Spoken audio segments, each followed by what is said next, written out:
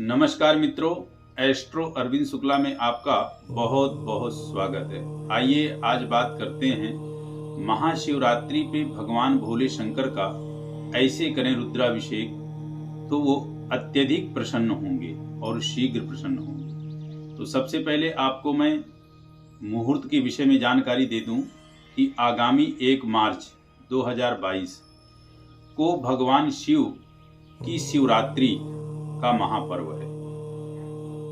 1 मार्च को शिवरात्रि यानी चतुर्दशी तिथि का आगमन प्रातःकालीन 3 बजे है और चतुर्दशी तिथि का समाप्ति आपका जो है रात्रि 1 बजे है। तो शिवरात्रि के दिन यानी 1 मार्च के दिन शिवरात्रि आपके पूरे दिन है और रात्रि में 1 बजे तक है। तो मुहूर्त बड़ा अच्छा है और कई अन्य शुभ मुहूर्त इसमें मिल रहे हैं जो कि मुहूर्तों का महासंयोग बन रहा है। अब भगवान शिव को प्रसन्न करने के लिए देखिए, भगवान शिव का जो सर्वोपरि विशेष होता है वो होता है अभिषेक। अभिषेक भगवान शंकर का सर्वोपरि है। वो क्यों है? वो इसलिए है कि भगवान शिव जल से अत्यधिक प्रसन्न होते हैं। यानी आप पूजा में शायद कुछ भी ना लिए हों और जल मात्र उन्हें अर्पित कर रहे हैं तो उससे भी भगवान शिव जो है प्रसन्न है। भगवान शिव का कैसे करें पूजन, कैसे करें रुद्राभिषेक, कैसे करें चारों पहर की पूजा, इस विषय में अब अपन बात करते हैं। भगवान शिव का पूजन, देखिए पूजन भगवान शिव का विधिवत करें, क्योंकि शिवरात्रि भगवान शिव के श्रृंगार की रात्रि है। इस दिन उनका विवाह हुआ था। तो पूजन बहुत अच्छे से करें। अच्छे से मतलब यह है कि षोडशोपचार से करें, विधिवत उनका। आप जो है यदि आप मंदिर जा रहे हैं तो मंदिर में, यदि आप घर में हैं तो पार्थिव शिवलिंग बना करके, या आपका घर में पहले से शिवलिंग है, नर्मदेश्वर शिवलिंग या कोई भी आपका पारे का शिवलिंग, कुछ भी है स्फटिक शिवलिंग, उसमें आप भगवान शिव का पूजन कर सकते हैं। पूजन का विधान यही है कि प्रयास करें कि पहले आप जो है गणेश, माँ गौरी, नंदी, कार्तिकेय, सर्प और कुबेर और वीरभद्र आदि का जो है संक्षिप्त पूजन कर लें। फिर जो षोडशोपचार का पूजन करें वो लास्ट में भगवान शिव का करें। अब षोडशोपचार के पूजन में बस वही है कि आप सबसे पहले जो है उनका उनका आवाहन करें, ध्यान करें। इसके बाद उनका जो है आप स्नान आदि करें। स्नान आदि में क्रमशः है, पहले दूध है, दही है, घी है, शहद है, चीनी है और फिर मिक्स आप पंचामृत करें। इसके बाद उनको वस्त्र आदि पहनाएं, जनेऊ आदि सारी चीज़ें। श्रृंगार का मतलब ये वस्त्र आदि का विशेष ध्यान ये रखें कि उनको श्वेत वस्त्र आप अर्पित करें, वो ज़्यादा बढ़िया रहेगा इत्र आदि से। और फिर आप उसके बाद जो है बेलपत्र, धतूरा है, समी पत्र है, विजया है, आदि आदि ये चीजें आप क्रमशः चढ़ाएं। अब अभिषेक की बात आती तो अभिषेक में यदि आप किन्हीं पंडित जी का सहारा ले लें तो बहुत अच्छा रहेगा। रुद्राभिषेक का विशेष महत्व है शिवरात्रि के दिन। रुद्राभिषेक में चूंकि यजुर्वेद की जो है, यजुर्वेद के मंत्र हैं, ये शुक्ल यजुर्वेद की मध्याह्नी शाखा से रुद्राष्टाध्यायी ऋषि मुनियों ने और विशिष्ट मंत्रों को संकलन किया है, जिसको 8 अध्याय में उनने बांटा है। और लास्ट के फिर 2 अध्याय होते हैं जो शांताध्याय में आते हैं या शांति पाठ में आते हैं। तो ये रुद्राष्टाध्यायी है जो कि रुद्राष्टाध्यायी का पाठ होता है और भगवान शिव का कंटिन्यू उसमें जल की धारा है। जिस चीज़ की आपकी मनोकामना है, जैसे मान लीजिए किसी का कोई व्यापार नहीं चल रहा, संतान नहीं हो रहा, या कोई कोर्ट कचहरी की स्थिति या कोई कलह क्लेश की पोजीशन है, तो उस हिसाब से आप अपनी सामग्री को चयन कर सकते हैं। जैसे मान लीजिए कि संतान की प्राप्ति के लिए दूध से है, और आपके शत्रुनाश के लिए तैलाभिषेक होता है, आपकी धन प्राप्ति के लिए गन्ने के रस से है, विशिष्ट धन संपदा प्राप्ति के लिए शहद से है, तो आदि आदि जो है सामग्री से है। तो ऐसे आप भगवान शिव का अभिषेक करें और लास्ट में आपका जो है उत्तर पूजन, और उत्तर पूजन के बाद फिर आपकी जो है भगवान शिव की आरती। तो ये मैंने रुद्राभिषेक का बताया। अब इसी उसमें ये बात कर लेते हैं कि भगवान शिव के 4 पहर की पूजा। देखिए 4 पहर की पूजा के विषय में ऐसा है कि वो तो एक उसमें जो कहें कि टीका टिप्पणी करने वाली बात है, नहीं तो भगवान शिव के पूजन का कोई ऐसा नहीं है। सभी सुबह से लेकर और रात्रि पर्यंत तक उनका जो है विशेष है। फिर भी आप 4 पहर की कह रहे हैं, तो पहले पहर की जो पूजा है वो लगभग 6:15 या 6:20 या 6:21 या 6:15 से प्रारंभ है, और वो लगभग जाकर के आपकी जो है 9, 9:15 या 9:27 या 9:20 के आसपास आप जो है कर सकते हैं। इसके बाद आपकी जो है दूसरे पहर की जो पूजा होती है वो रात्रि 9:27 से 12:33 या 12:30 बजे तक आप कर सकते हैं। फिर आपकी आती है तीसरे पहर की पूजा। तीसरे पहर की पूजा में आपकी तारीख चेंज हो जाएगी, लेकिन रात्रि वही है भगवान शिव की, जो 12:30 से या 12:33 से जो है सुबह 3:39 तक है, या 3:40 या 3:35 या 3:30 बजे कह लीजिए। और फिर आपकी जो है चौथे पहर की पूजा जो रहेगी वो 3:30 से और 6 बजे तक रहेगी। तो ये आपके 4 पहर की पूजा है। इसमें जो विशेष आपका मुहूर्त है वो मुहूर्त ज़्यादा महत्वपूर्ण है तो वैसे पूरा, लेकिन ज़्यादा महत्वपूर्ण जो होता है वो प्रदोष बेला का होता है, गोधूलि बेला का होता है। इसको जो है विशिष्ट अमृत बेला, निषेध काल, आप कुछ भी कह लीजिए, ये विशिष्ट समय जो है पूरे शिवरात्रि यानी चतुर्दशी के तिथि का जो सारांश मुहूर्त निकाला जाए तो वो गोधूलि बेला का समय होगा, जो पहले पहर की पूजा बताई गई है 6:21 से लगभग 9:20 9:27 तक। तो ऐसे आप 4 पहर की पूजा करें, और चारों पहर में आप भगवान शिव के का श्रृंगार भी, और श्रृंगार के साथ साथ सबसे जो महत्वपूर्ण है उनका महत्वपूर्ण है अभिषेक, उनके नाम का जाप। अब जो रुद्राभिषेक नहीं कर सकते हैं या रुद्राभिषेक नहीं करवा सकते हैं, दोनों स्थिति उनकी नहीं है, वो भगवान शिव के किसी भी मंत्र का आप सहारा ले लें। नमः शिवाय, देखिए नमः शिवाय ये पंचाक्षर मंत्र है, ओम नमः शिवाय ये षडाक्षरी हो जाता है। तो नमः शिवाय मंत्र का जाप करें, भगवान शिव का अघोर मंत्र, इससे भी विशेष आपको जो है मनोविलसित फल प्राप्त होंगे।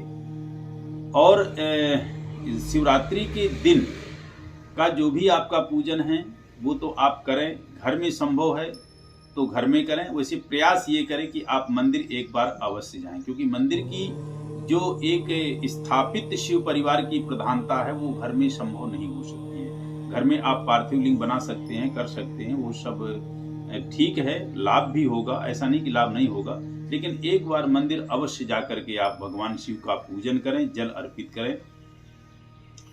अब बात आती है व्रत की, तो व्रत की शुद्धता आप त्रयोदशी से ही प्रारंभ कर दें। लहसुन आदि या किसी प्रकार तामसी चीज का जो है त्रयोदशी से ही खान पीन ना रखें, और त्रयोदशी को ही हल्का खाना, या ये कहेंगे कि एक बार आप खाना त्रयोदशी को खाएं, उसके बाद आप चतुर्दशी का व्रत रखें। चतुर्दशी के व्रत में प्रयास तो ये करें कि आप निराहार रखें। उस निराहार का मतलब ये हो गया कि जलाहार भी नहीं होना चाहिए, जल तक का भी पान ना करें। यदि निराहार संभव नहीं है तो फलाहार करके रहें, और फलाहार में यथा ऐसा नहीं कि आप फलाहार में भी है तो 4 बार फलाहार कर रहे, नहीं, फलाहार में भी मैक्सिमम 1 से 2 बार, इससे ज्यादा नहीं। अब यदि कोई व्रत नहीं रख पा रहा किसी स्थिति में, तो फिर भगवान शिव के नाम का स्मरण करे और उस दिन बड़े स्वच्छता के साथ रहे। उस दिन किसी भी प्रकार का नकारात्मक विचार, किसी भी प्रकार की तामसी अपनी जो है सोच, क्रोधावेश आदि बिल्कुल भी ना रखे।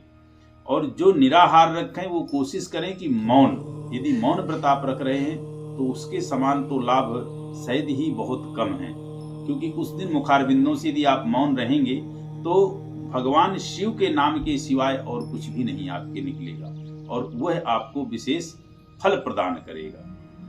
संध्याकालीन टाइम पे यदि आप चारों पहर की पूजा करना चाहते हैं तो एक बार आप स्नान कर लेंगे तो ज्यादा अच्छा रहेगा।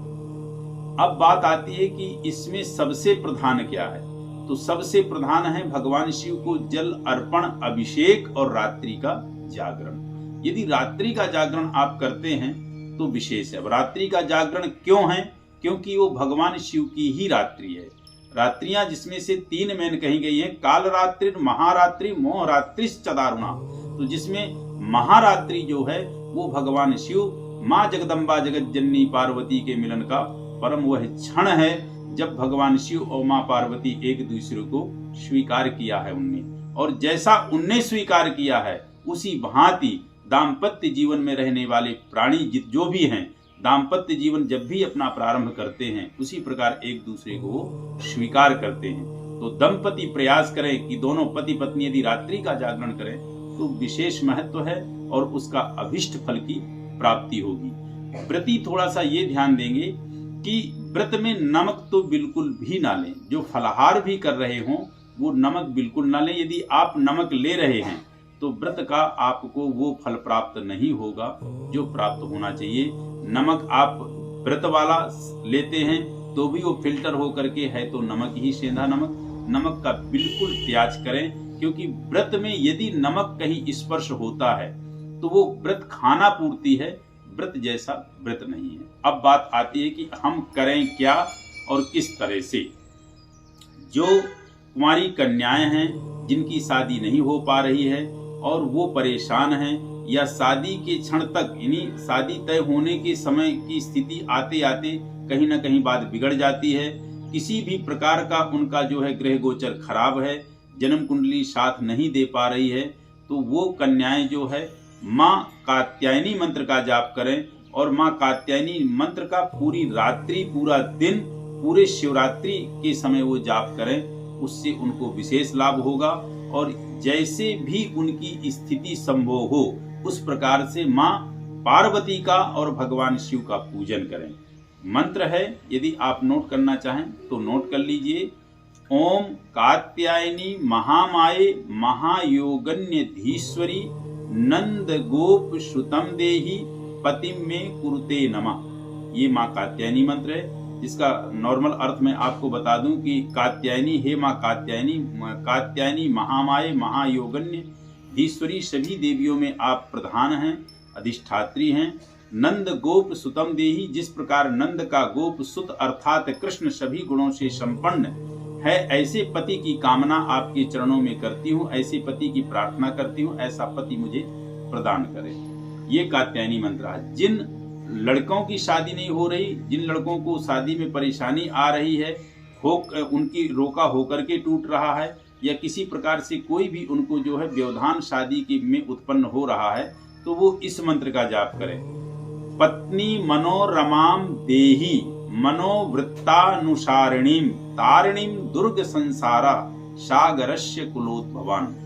इसका वो पूरी शिवरात्रि में जो है, शिवरात्रि के दिन 1 मार्च को दिन में और रात्रि में जाप करें, और वो भी भगवान शिव माँ पार्वती का विधिवत पूजन करें और व्रत रहें। व्रत कन्याओं को भी है, व्रत जो है इन कुंवारे लड़कों को भी है। तो मंत्र का अर्थ है पत्नी मनोरमाम देहि, ऐसे पत्नी की मैं कामना करता हूँ प्रभु। मनोरमाम, जैसी मेरी मन की अभिलाषा है, जैसी मेरे मन की इच्छा है, वैसे मुझे पत्नी मनोनुकूल प्राप्त हो, मेरे मन के अनुकूल प्राप्त हो। पत्नी मनोरमाम देहि मनोवृत्तानुसारिणीम तारिणीम, जो इस संसारमयी दुखद जगह से मेरा और मेरे कुल खानदान का, तारिणी दुर्ग संसारा सागरस्य कुलोद्भवम, इस दुर्गम इस कठिन कलयुग में जो संसार सागर में व्यक्ति नाना प्रकार के दुखों से, नाना प्रकार की व्याधाओं से, नाना प्रकार के कलुषित चीजों से जो है परेशान हैं, इन सब परेशानियों को तारते हुए और कुल को ऊंचाई तक ले जाने वाली सागरस्य कुलोद्भवाम, इस भवसागर से पार करके मेरे कुल की वृद्धि करे और मेरे कुल का तरन तारण करे। पत्नी मनोरमाम देहि मनोवृत्तानुसारिणीम तारिणीम दुर्ग संसारा सागरस्य कुलोद्भवाम। अब ये हो गया कन्याओं के लिए और लड़कों के लिए जो कुंवारे हैं जिनकी शादी नहीं हुई है। तीसरा यह मंत्र उनके लिए है जिनका दाम्पत्य जीवन बिखराव की जो है पड़ाव पे आ रहा है या बिखराव के स्थिति को जो है तो संकेत कर रहा है। आपस में कोई कलह क्लेश है, तनाव है, दाम्पत्य जीवन ठीक नहीं चल रहा है, तो उनके लिए यह गौरी मंत्र है। वो दोनों दंपति इस गौरी मंत्र का जाप करें, शिवरात्रि के दिन व्रत रहें, भगवान शिव का अच्छे से जो है अलंकार करें, श्रृंगार करें और इस मंत्र का जाप करें। ओम हे गौरी शंकरार्धांगी यथा त्वं शंकर प्रिया तथा माम कुरु कल्याणी कांत कांताम सुदुर्लभाम। हे माँ गौरी शंकर की अर्धांगिनी, यथा तुम शंकर प्रिया, जिस प्रकार आप भगवान शंकर को परम प्रिय हैं। हे माता गौरी शंकर की अर्धांगिनी, जिस प्रकार आप भगवान शंकर जी को परम प्रिय हैं, तथा माम हे मातेश्वरी कुरु कल्याणी, मुझ पे भी कल्याणमयी कृपा करें। कांत कांताम सुदुर्लभाम, हम पति पत्नी के बीच में किसी भी प्रकार की दूरियां यदि बन रही हैं या दूरियां होने की स्थिति है, तो हे जगदम्बा जगत जननी माँ पार्वती, हम पे भी कांत कांताम सुदुर्लभाम, हम पति पत्नी पे कृपा करें कि हमारा दाम्पत्य जीवन बिखराव ना हो, बिखराव की स्थिति ना बने। कांत कांताम सुदुर्लभाम, हम दोनों पति पत्नी आपस में अतिशय मधुराति मधुरमयी दाम्पत्य जीवन को व्यतीत करें, दाम्पत्य जीवन का संपूर्ण सुख प्राप्त करें। तो ये तीनों के लिए मैंने बताया, कुंवारी कन्याओं के लिए, कुंवारे लड़कों के लिए, और जो गृहस्थ जीवन में जी रहे दंपति हैं, जिनके जीवन में किसी भी प्रकार का तनाव है, कलह है, क्लेश है, बिखराव की स्थिति है, तो उनके लिए इन मंत्रों का जाप करें। अब यदि कोई व्यक्ति कुछ भी कर नहीं पा रहा, संभव नहीं कि वो मंदिर भी नहीं जा पा रहा, वो घर में भी पार्थिव शिवलिंग नहीं बना रहा, या घर में उसके कोई नर्मदेश्वर शिवलिंग या किसी प्रकार का कोई पारे का या कोई स्फटिक किसी प्रकार का भी कोई भगवान शिव का वो नहीं है, तो वो सिर्फ भगवान के मंत्र का सहारा ले ले और भगवान के मंत्र का जाप करे। लेकिन एक बार मंदिर जाने का प्रयास अवश्य करे, जहां भी उसके आसपास कोई मंदिर है। दिन में समय मिले तो दिन में, रात्रि में तो दिन से भी ज्यादा महत्वपूर्ण है। जा करके भगवान शिव जी को एक बार जल अवश्य चढ़ाए और इन मंत्रों का जाप करे। देखिए, भगवान शिव के विषय में कहा गया है कि दाता वही हैं, दाता वही हैं, वो जो कुछ दे सकते हैं वो कोई दे नहीं सकता, क्योंकि उनने अभयदान पूरे भूमंडल को दिया है। कालकूट नामक विष का यदि उनने पान ना किया होता तो सब सृष्टि खत्म हो चुकी होती। तो सिर्फ दाता हैं, उन दाता से यदि आप कुछ भी याचना कामना करके मांगेंगे तो अवघड़ दानी है, अतिशय शीघ्र प्रसन्न होने वाले हैं और बहुत ही हृदय के दयालु हैं। निश्चित रूप से जो कुछ आप अंतःकरण से कामना करोगे वो कृपा करेंगे, क्योंकि देवाधिदेव हैं, हर हर महादेव है, हर पीड़ा को, हर प्रकार के कष्ट को हरण करने वाले हैं, क्योंकि हर शब्द जो मिला है सिर्फ भगवान शिव को प्राप्त है। यदि आप आम बातों में भी हर शब्द बोलते हो तो भी आपकी पीड़ा का हरण होता है। तो आप सभी भगवान शिव माँ पार्वती का पूजन करें, उनके नाम का जाप करें। शिवरात्रि का अच्छा मुहूर्त है, बहुत विशिष्ट मुहूर्त है, इसका अच्छे से लाभ लें और परमपिता परमात्मा भगवान शिव त्रिपुरारी शंकर की कृपा प्राप्त करें। बस इतना ही।